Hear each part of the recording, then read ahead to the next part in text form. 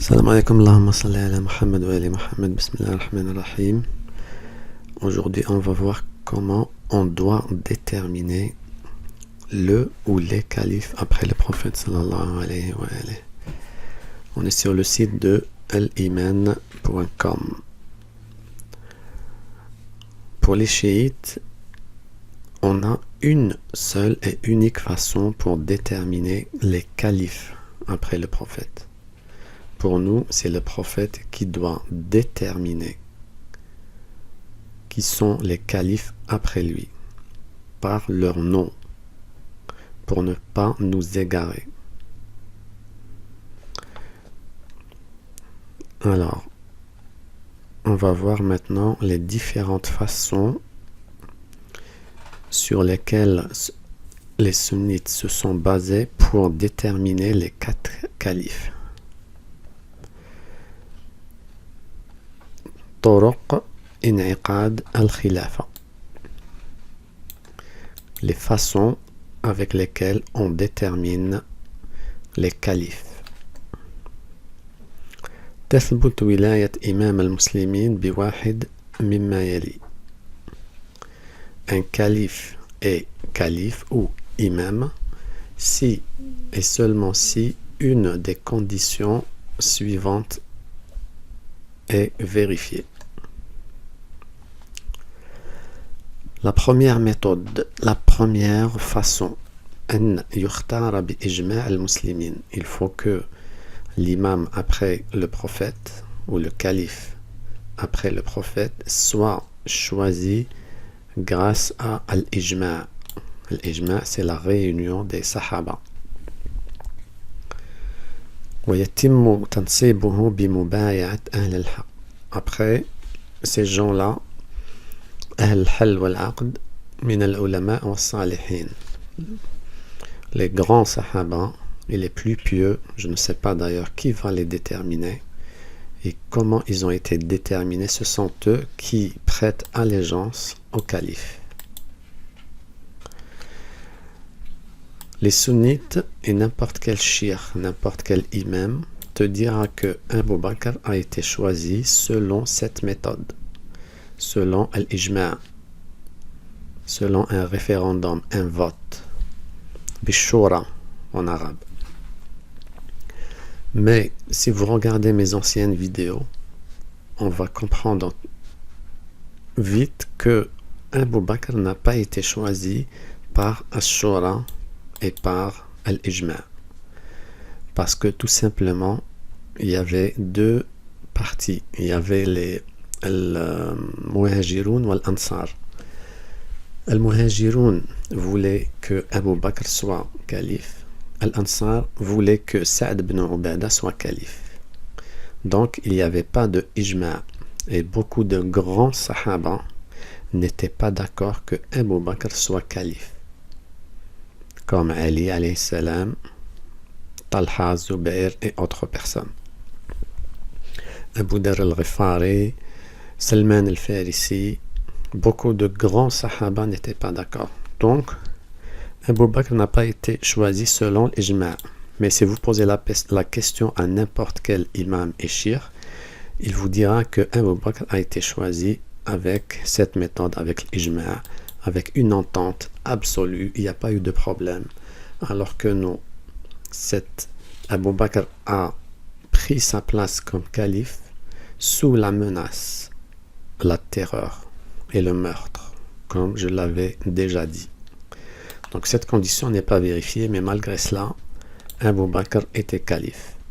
La deuxième méthode, أن تكون ولايته بنص من الإمام أو بنص الإمام الذي قبله.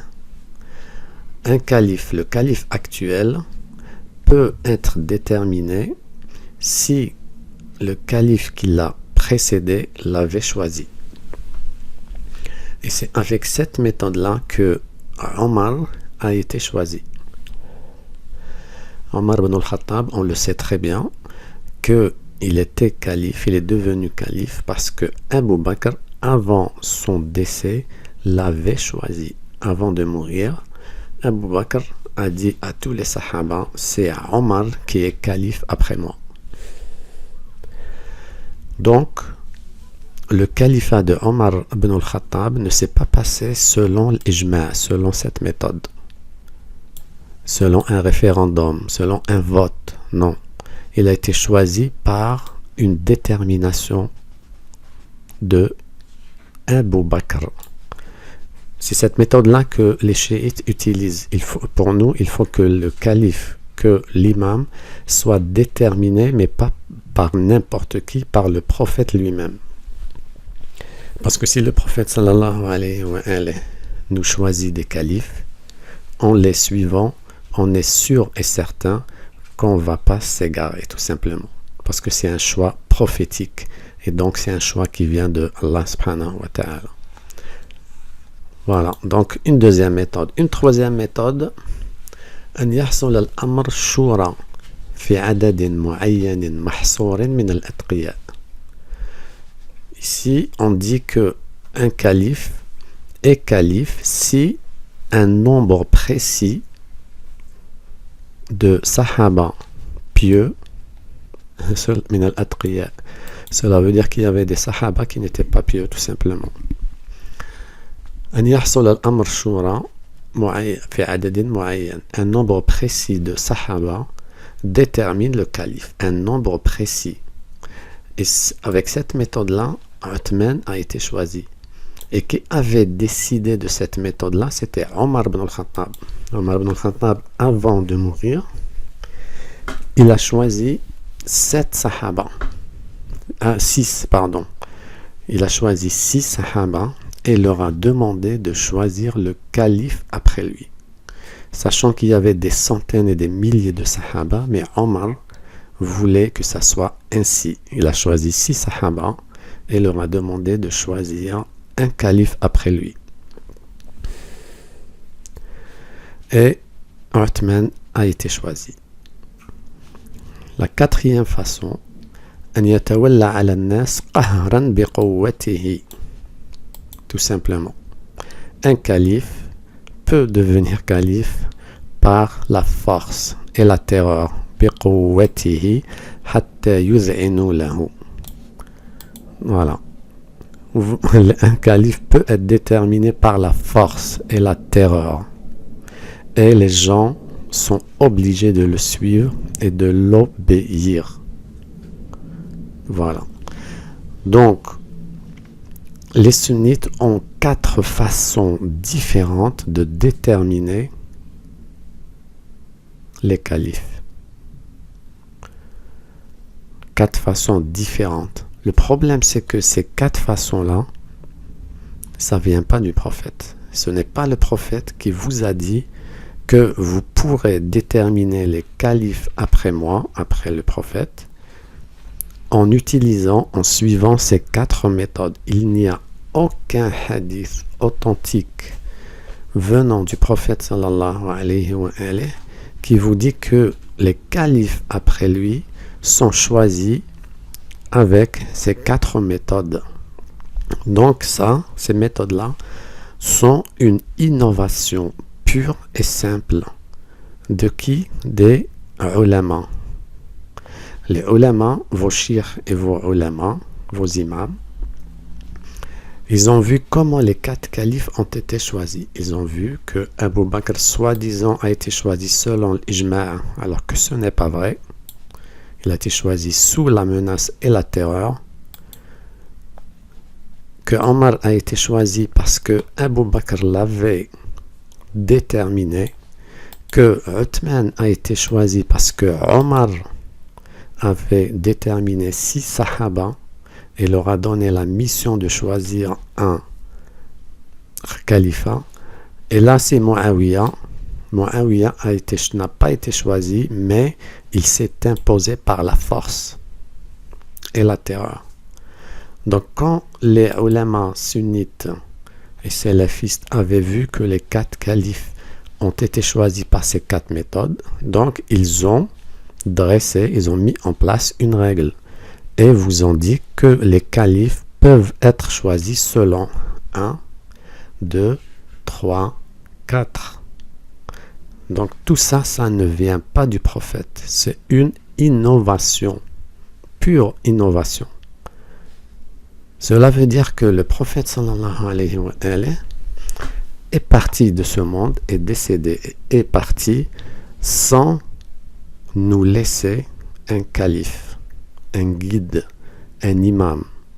Il est parti et nous a dit, selon vous, débrouillez-vous, choisissez un calife et suivez-le.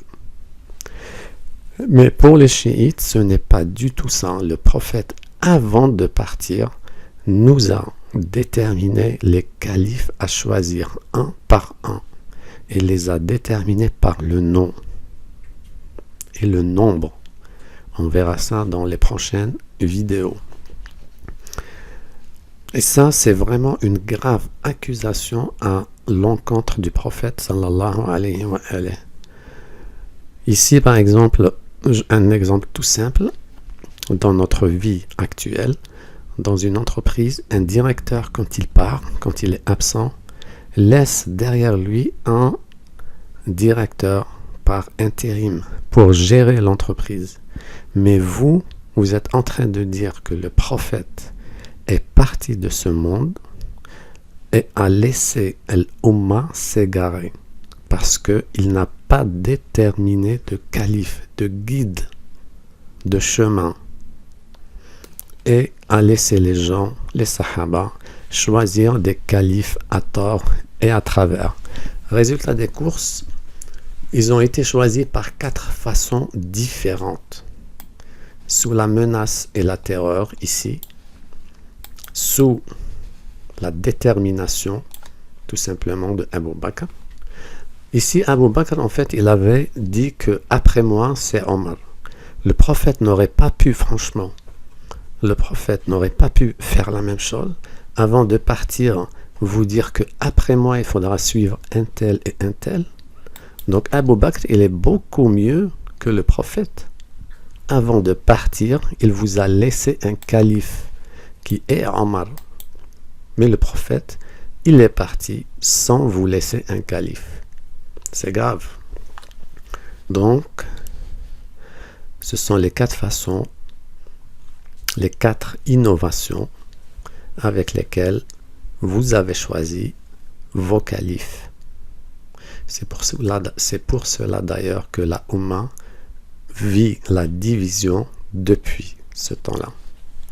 Donc je préfère m'arrêter là parce qu'il y a une suite qu'on verra la prochaine fois.